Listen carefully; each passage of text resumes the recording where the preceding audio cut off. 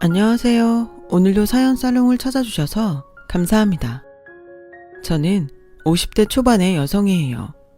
어릴 적에 부모님이 사고로 돌아가셔서 외할머니 밑에서 자랐어요. 외할머니는 재래시장에서 분식 장사를 하셨는데 제가 학교 다니는 데에 불편함이 없도록 최선을 다해 주셨어요. 물론 엄마가 와야 되는 학교 행사 같은 거야 어쩔 수 없었지만 그 외에는 제가 친구들보다 뒤처지면 안 된다고 뭐든 좋은 것만 사주시고 도시락도 늘 풍성하게 싸주셨어요. 저는 그런 외할머니 보살핌 덕에 힘들지 않게 학교를 다녔어요. 부모님이 안 계신 데에서 오는 외로움은 있었지만 그걸 빼고는 부족한 게 없었어요. 할머니의 부담을 덜어드리고 싶어서 전문대 식품영양학과에 들어갔어요. 할머니는 제가 4년제에 가지 않은 걸 많이 아쉬워하셨지만 제가 끝까지 고집을 피웠죠. 할머니, 4년제 나오고도 취직 안 되는 애들 있어. 그것보단 2년 열심히 공부해서 얼른 취직해서 돈 버는 게 낫지. 회사도 못 다니고 빈둥대면 4년제 졸업장은 그냥 종이 쪼가리야. 난 그런 거 싫어. 실용적으로 사는 게 좋아. 결국 할머니는 제게 100개를 드셨고 저는 전액 장학금을 받고 전문대에 들어가게 됐어요. 학교에서도 치열하게 공부했어요. 그래서 영양사, 조리사, 위생사 자격증을 차례대로 따고 식품회사의 연구원으로 취직하게 되었어요. 이젠 외할머니 고생 안 시키고 내가 버는 돈으로 좋은 것도 많이 사드릴 수 있겠다고 좋아했었죠. 하지만 그런 기쁨도 잠시였고 할머니는 급격히 몸이 안 좋아져서 병원에 갔다가 위암이라는 진단을 받으셨어요. 정말 마른 하늘의 날벼락이라는 게 이런 거구나 싶었어요. 그때 저는 할머니 때문에 매일 우느라 정신이 없었어요. 할머니는 그런 중에도 침착하게 당신이 후원하셨던 고아원에 금일봉을 전달하고 쌀도 보내고 옷도 보내셨어요. 할머니, 지금 이런 게 중요한 게 아니잖아. 할머니가 얼른 낫고 건강하게 될 생각을 해야지. 우리 형편이 넉넉한 것도 아닌데 이런 걸 챙기고 있으면 어떡해. 그런 말 마라. 우리 형편이 어때서 그래. 우리 그래도 먹고 살만하고 병원비 낼 돈도 있잖아. 그거면 됐지. 너무 욕심내면서 사는 거 아니야. 남는 돈이 있는 건 우리 주변에 부족한 사람들한테 나누라고 있는 거야. 선아야, 그거 잊어버리면 안 된다. 할머니는 평생 분식집을 하시면서 힘들게 돈을 버셨음에도 한 번도 어려운 사람들 돕는 걸 쉬신 적이 없어요. 그런 할머니 성격을 잘 알고는 있었지만 아프실 때도 그러니까 마음이 너무 안 좋더라고요. 그래도 저렇게까지 할머니 뜻이 확고하신 걸 보니 제가 계속 반대하는 게 더 할머니 마음을 힘들게 할 것 같아서 하고 싶은 대로 하시라고 옆에서 도와드렸어요. 할머니는 수술도 잘 받으시고 예후도 나쁘지 않아서 퇴원하고 항암 치료를 받으며 잘 견디셨어요. 하지만 3년 후 다시 병이 재발했고 그때는 견디지 못하고 세상을 떠나셨어요. 저는 장례식 내내 눈물이 나지 않았어요. 실감이 나지 않았던 것 같아요. 바쁘게 문상 오는 분들께 인사하고 장례 절차대로 움직이느라 정신이 없기도 했고요. 할머니를 낙골당에 모시고 집에 돌아오니 그제야 돌아가신 게 와닿았어요. 빈 방에 혼자 앉아서 밤새도록 통곡을 했죠. 할머니가 너무 보고 싶었고 이제 완전히 혼자라는 사실도 좀 무서웠던 것 같아요. 그렇다고 밖에서는 티낼 수 없어서 회사에서는 씩씩하게 일을 하고 집에 와서는 눈물바람인 세월을 보냈죠. 그렇게 6개월쯤 보냈을 때 한 남자를 만났어요. 회사 거래처 사람이었는데 가끔 회사에 와서 몇 번 마주쳤고 그 이후 제게 만나자고 하더라고요. 저도 그 사람 인상이 좋아서 나쁘지 않다고 생각하고 있었어요. 힘든 일을 겪고 나서인지 누군가에게 의지하고 싶다는 마음도 있었던 것 같아요. 저와 그 사람은 몇 번 가볍게 같이 영화를 보고 식사를 했는데 어느 날 남자가 그러더라고요. 선아 씨하고 저 성격도 비슷하고 취미도 잘 맞는 것 같아요. 지금까지는 부담 없이 친구 만나듯 했지만 이젠 정식으로 만나면 좋겠어요. 전 그래도 될 것 같은데 어때요? 저도 망설임 없이 좋다고 했어요. 남자 말대로 여러 면에서 잘 맞는 것 같았거든요. 하지만 제가 혼자라는 게 걸렸어요. 그걸 알고도 저를 만나줄지 모르겠더라고요. 저는 고민 끝에 그 사람에게 사실대로 말하기로 했어요. 난 또 뭐라고? 너무 심각하게 할 말 있다고 해서 긴장했잖아요. 저는 설아 씨 한 사람 보고 좋아하는 거지 가족들까지 생각한 적 없어요. 그러니까 그런 걸로 부담 갖지 말아요. 그런 걸로 따지자면 저희 가족도 좋기만 하진 않아요. 선아 씨도 저 가족들까지 생각하고 만나려는 거 아니잖아요. 라며 그 사람은 저를 안심시켜줬고 그게 정말 고마웠어요. 저희는 정식으로 만나면서도 크게 다툰 적도 없었어요. 그 사람이 배려도 잘 해줬고 자잘한 문제들은 신경 쓰지 않는 편이었어요.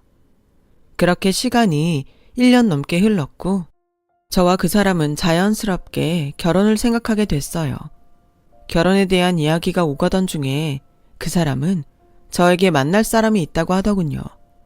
그러면서 저를 자기 고모에게 소개시켜줬어요. 고모님은 다리가 많이 불편하셔서 휠체어를 타고 지내셨어요.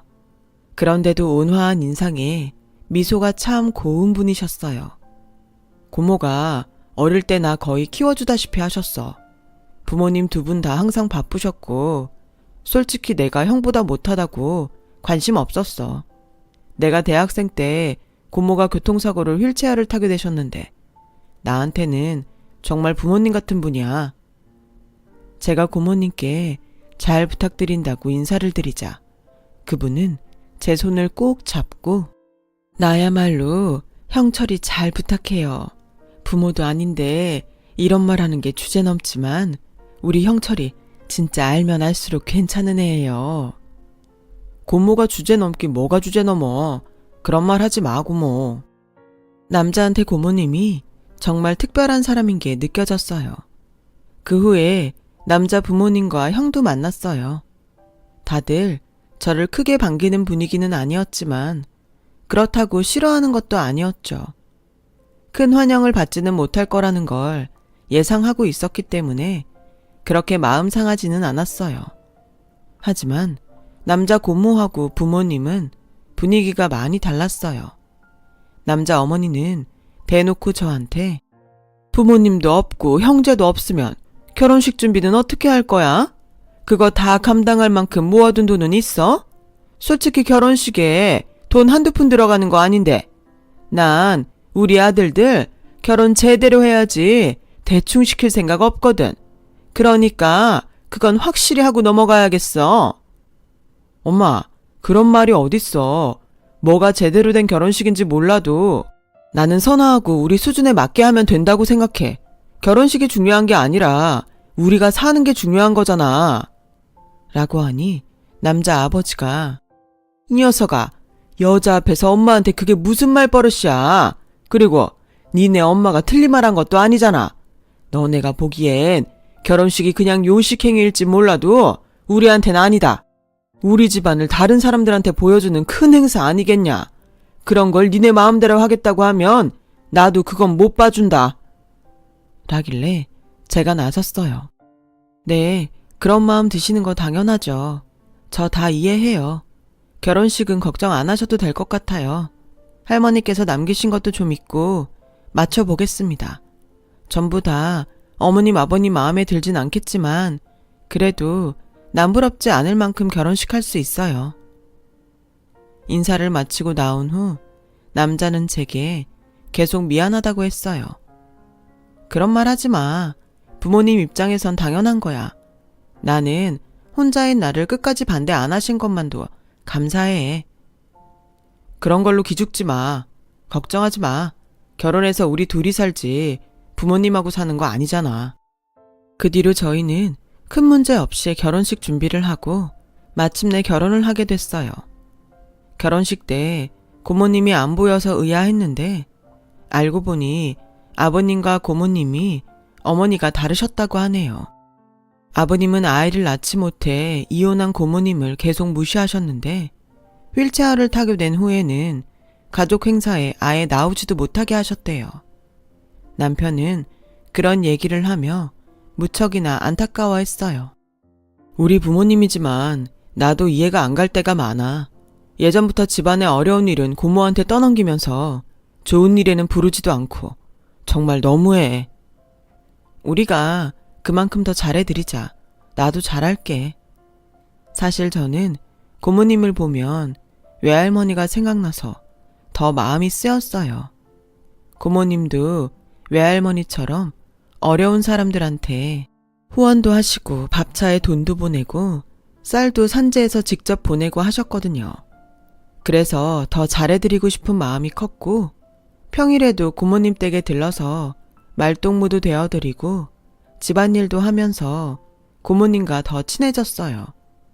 주말에는 시댁에서 부를 때도 많았고 시어머니가 고모님 얘기하는 걸 싫어해서 평일에 더 자주 갔거든요.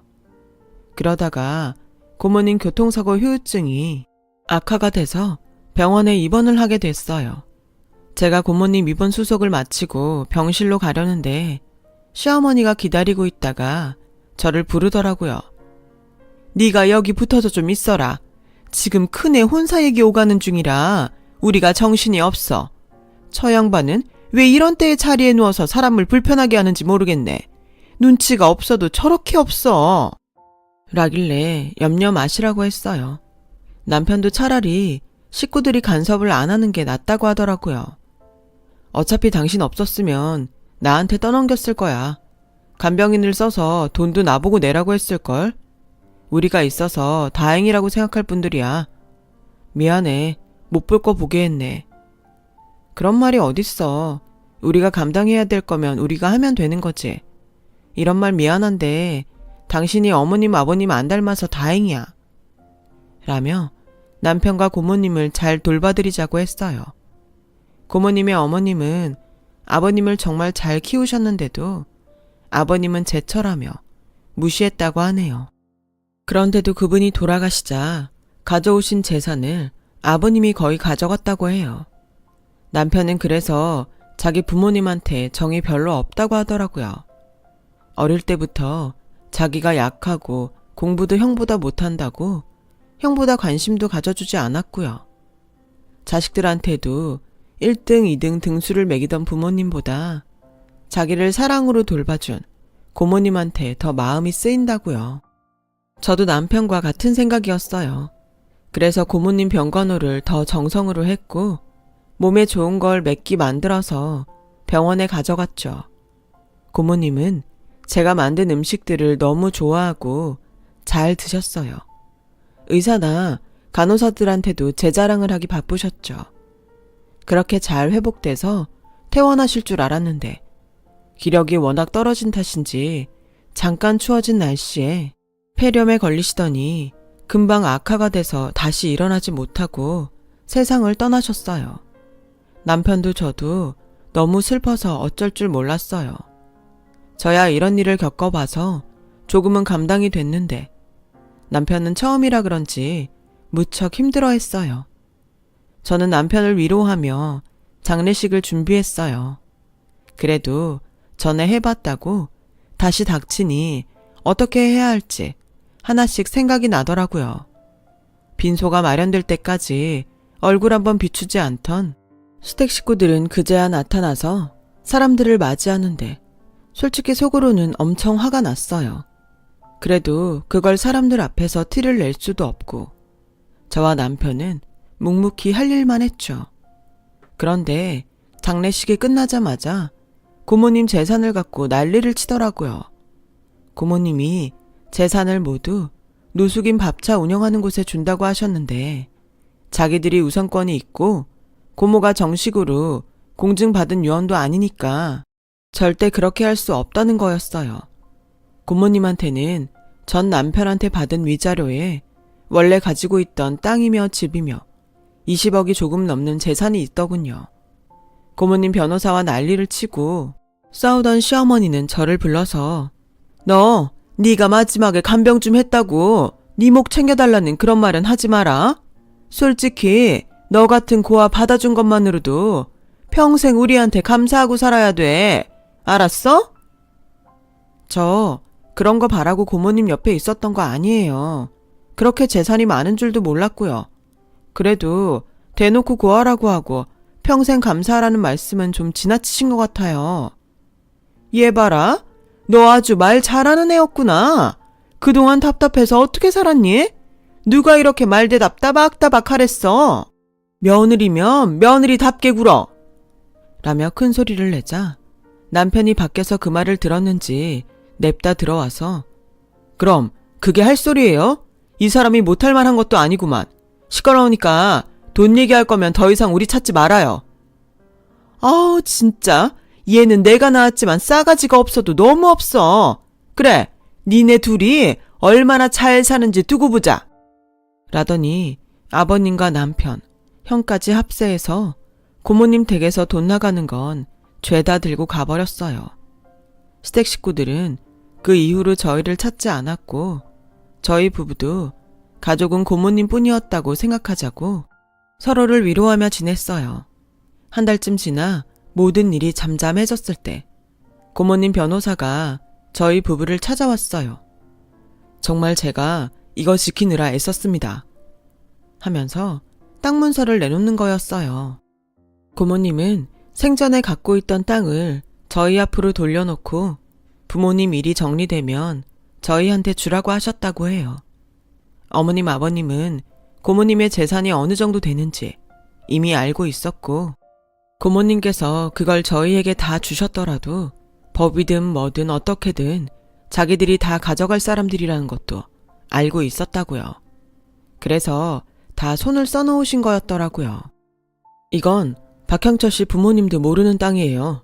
부모님이 받아가신 재산만 있는 줄 아실 거예요. 그러니까 말썽이 생길 일은 없을 겁니다. 지방에 있는 땅이었지만 규모 있는 도시에 엄청난 평수라 놀랐어요.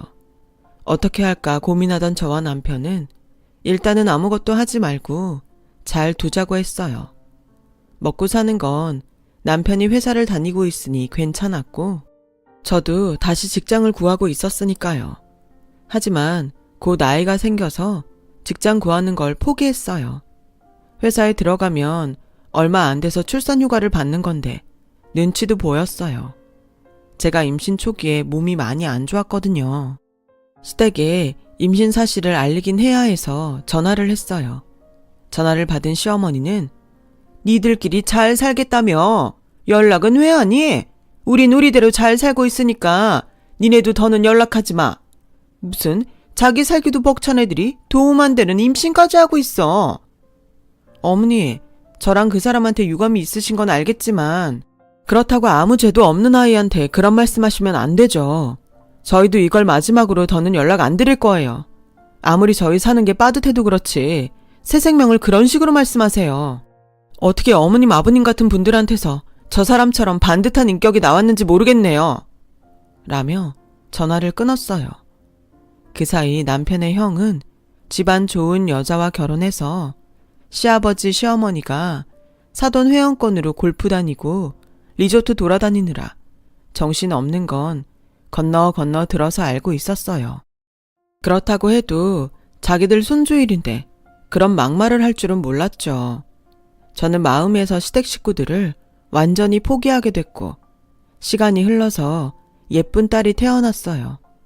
그리고 딸이 1살이 됐을 때 남편은 직접 가게를 하고 싶다고 했어요. 가게는 작게 열고 나중에는 전문 조리팀을 구성해서 집에서 간편하게 해먹을 수 있는 반찬들 위주로 하고 싶어. 회사에서는 아무리 해도 내 마음에 들지 않는 게 있어서 이럴 바엔 내가 한번 해보자는 생각이 들었어.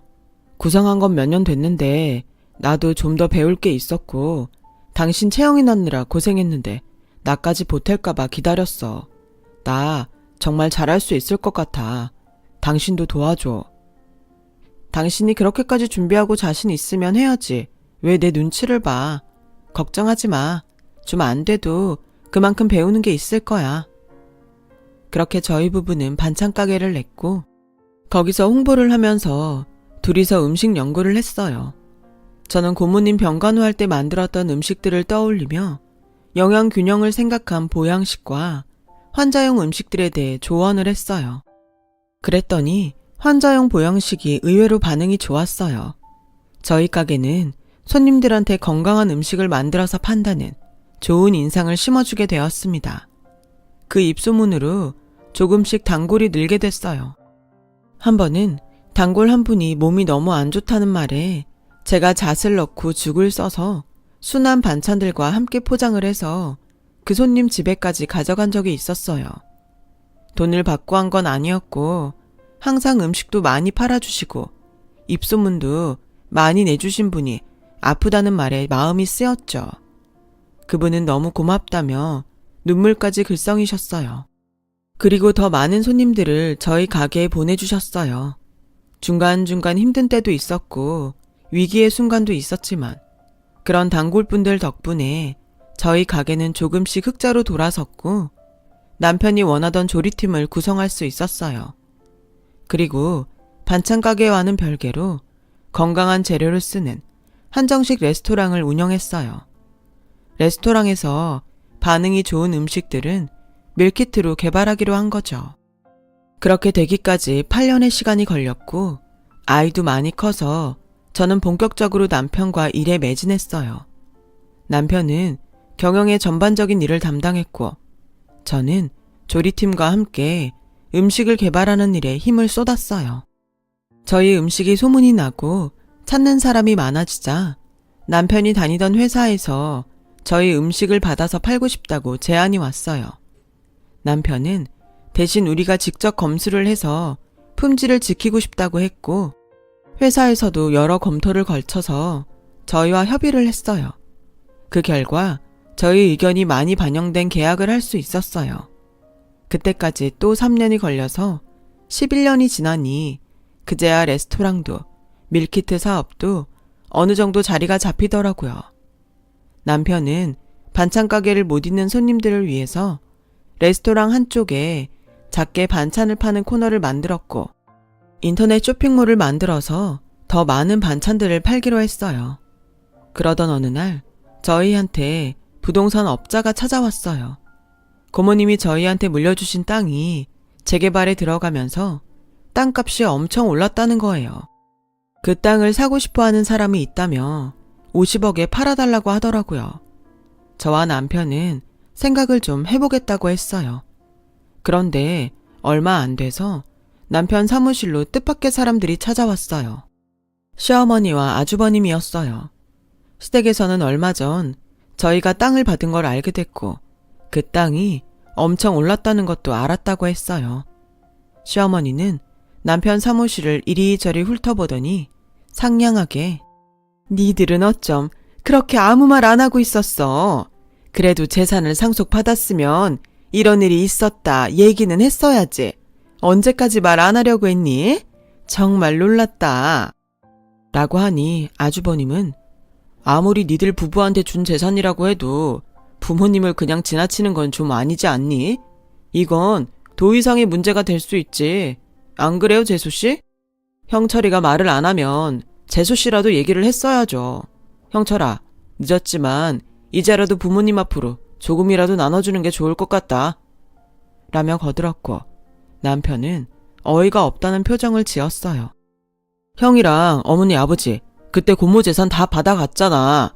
근데 이걸 왜 우리가 굳이 얘기해서 줘야 되는데? 솔직히 우리 채영이 가졌을 때 그쪽에서 축하 인사 한마디라도 했어? 뭐 인생에 도움도 안 되는 사람들이 임신까지 했다고 막말했잖아. 그래놓고 이제 와서 뭘 달라고? 도의상 문제가 있는 건 우리가 아니고 그쪽이지. 라고 하자 시어머니는 비굴한 표정으로 그때 일은 그만 잊자. 가족이 뭐니? 좋은 일은 함께하고 나쁜 일은 서로 잊어주는 게 가족 아니야? 이러지 말고 좋은 쪽으로 생각하자. 얘, 새애기야. 너도 그렇게 생각하지? 제가 이 사람이랑 결혼한 지가 언젠데 무슨 새애기예요. 저 똑똑히 기억해요.